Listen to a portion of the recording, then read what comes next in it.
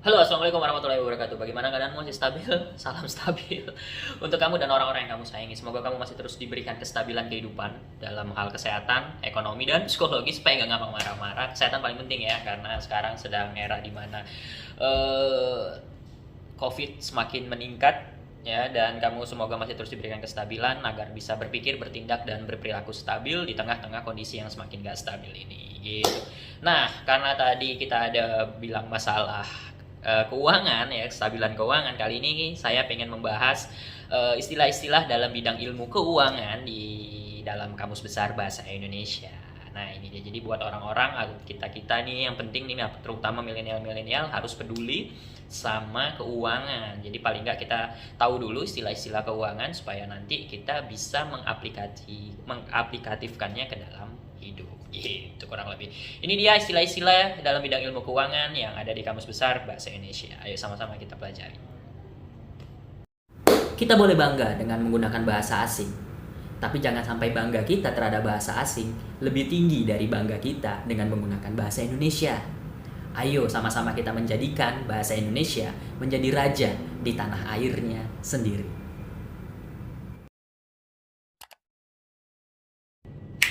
Oke, nah ini tuh istilah pertama ada yang disebut dengan cek cacat. Nah, cek cacat ini bukan cek, nggak usah dibuat cek disabilitas juga, nggak, ini beda ya, bukan manusia. Nah, ini cek cacat ini dalam bidang ilmu keuangan di Kamus Besar Bahasa Indonesia sendiri artinya adalah cek yang ditolak oleh bank karena sobek atau ada kerusakan-kerusakan secara fisik gitu. Kalau kelipet mungkin masih bisa, tapi kalau sobek atau tercoret gitu ya, itu tidak bisa ditoleransi dari bank biasanya gitu. Jadi dia akan ditolak. Atau kalau misalnya kita ketumpahan apa, pokoknya kerusakan secara fisik, nah itu disebut dengan cek cacat gitu. Jadi ketika cek itu kita ajukan kemudian ditolak oleh bank karena kerusakan fisik, terutama karena sobek, nah itu disebut dengan cek cacat gitu dalam bidang ilmu keuangannya. Jadi kalau kalian mau mencairkan sebuah cek, periksa dulu, atau kalian menerima cek, periksa dulu tuh ceknya dalam keadaan kondisinya bagaimana, sobek atau ada coretan atau ada bekas apa ya, tip ek atau ada bekas penghapus gitulah, penghapus pulpen atau segala macamnya gitu. Jadi hati-hati teman-teman semua. Sekali lagi, istilah cek cacat dalam bidang ilmu keuangan di Kamus Besar Bahasa Indonesia artinya adalah cek yang ditolak oleh bank karena sobek, itu dalam Kamus Besar Bahasa Indonesia-nya ya. Semoga menambah wawasan untuk kamu.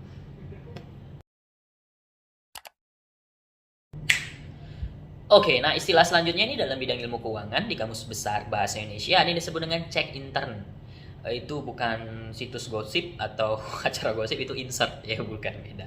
Nah, cek intern ini dalam bidang ilmu keuangan di Kamus Besar Bahasa Indonesia artinya adalah cek yang dikeluarkan dan ditandatangani oleh satu atau lebih petugas bank, misalnya cek kasir gitu. Jadi kalau dia ditandatangani oleh petugas bank ya, satu orang atau lebih, gunanya untuk melakukan validasi untuk pencairan.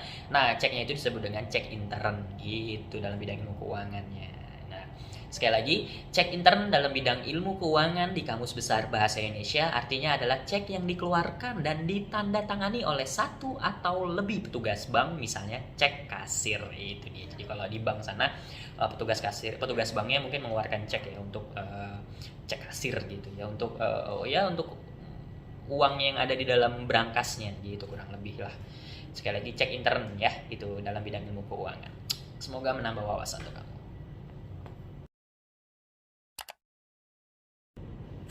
Oke, nah istilah selanjutnya dalam bidang ilmu keuangan di Kamus Besar Bahasa Indonesia ada yang disebut dengan daftar upah.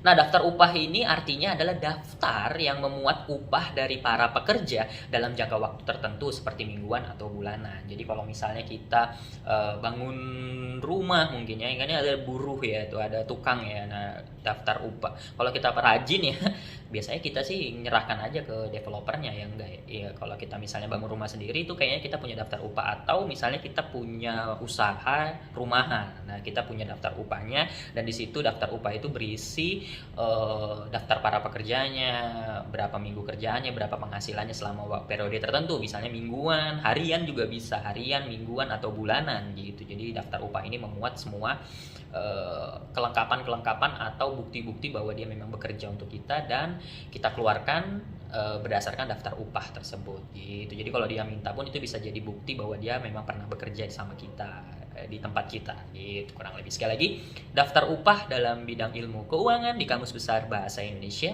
artinya adalah daftar yang memuat upah dari para pekerja dalam jangka waktu tertentu, misalnya mingguan atau bulanan gitu. Semoga menambah wawasan untuk kamu.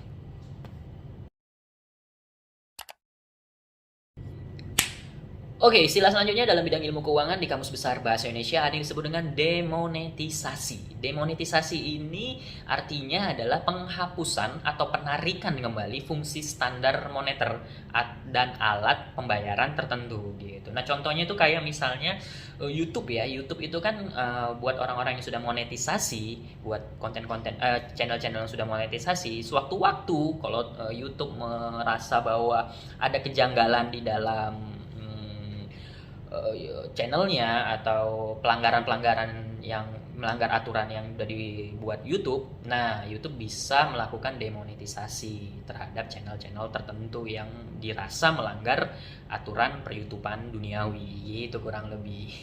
Nah, sekali lagi, demonetisasi dalam bidang ilmu keuangan di Kamus Besar Bahasa Indonesia artinya adalah penghapusan atau penarikan kembali fungsi standar moneter dan alat pembayaran tertentu, itu kurang lebih. Semoga menambah wawasan kamu.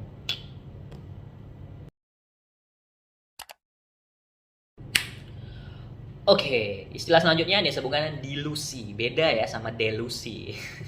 Ini bukan delusi, itu kayaknya bidang ilmu psikologi ya, atau bidang ilmu kedokteran mungkin ya. Tapi ya nggak akan kita bahas nanti, akan kita bahas di konten selanjutnya, konten berikutnya lah pokoknya. Nah, ini dalam bidang ilmu keuangan ada yang disebut dengan dilusi. Nah, dilusi sendiri artinya adalah pengurangan hasil sekuritas karena pemberian hak opsi atau karena jumlah yang diterbitkan melebihi jumlah semestinya.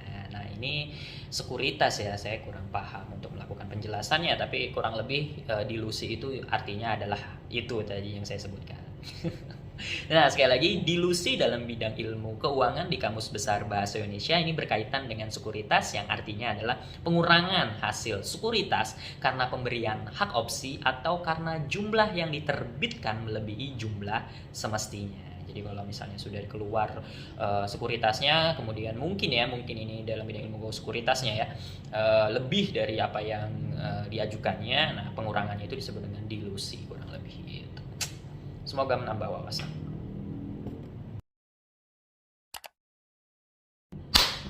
Oke semua.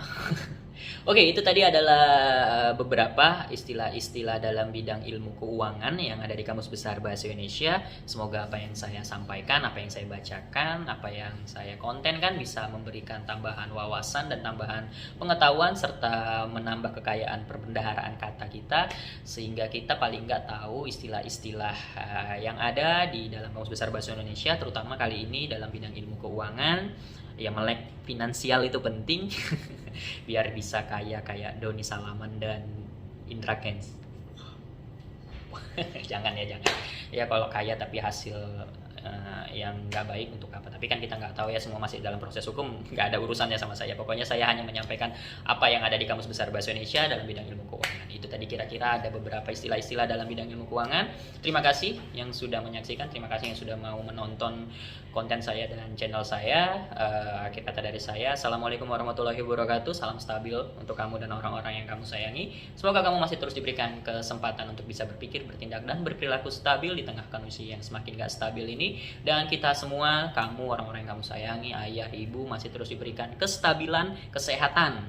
Itu penting, apalagi di tengah kondisi pandemi ini ya, yang sedang marak-maraknya, lagi banyak yang kena juga. Semoga cepat berakhir, semoga cepat yang disebut dengan istilah endemi, pandemi yang berakhir, dan kestabilan ekonomi, karena yang kita tahu COVID ini memberikan dampak yang cukup luas, baik gak hanya kesehatan tapi juga ekonomi banyak orang berantakan, dan juga psikologi ya, udah kesehatannya baik, maunya kesehatan mentalnya juga baik, dan supaya nggak gampang healing kayak anak-anak zaman sekarang gitu.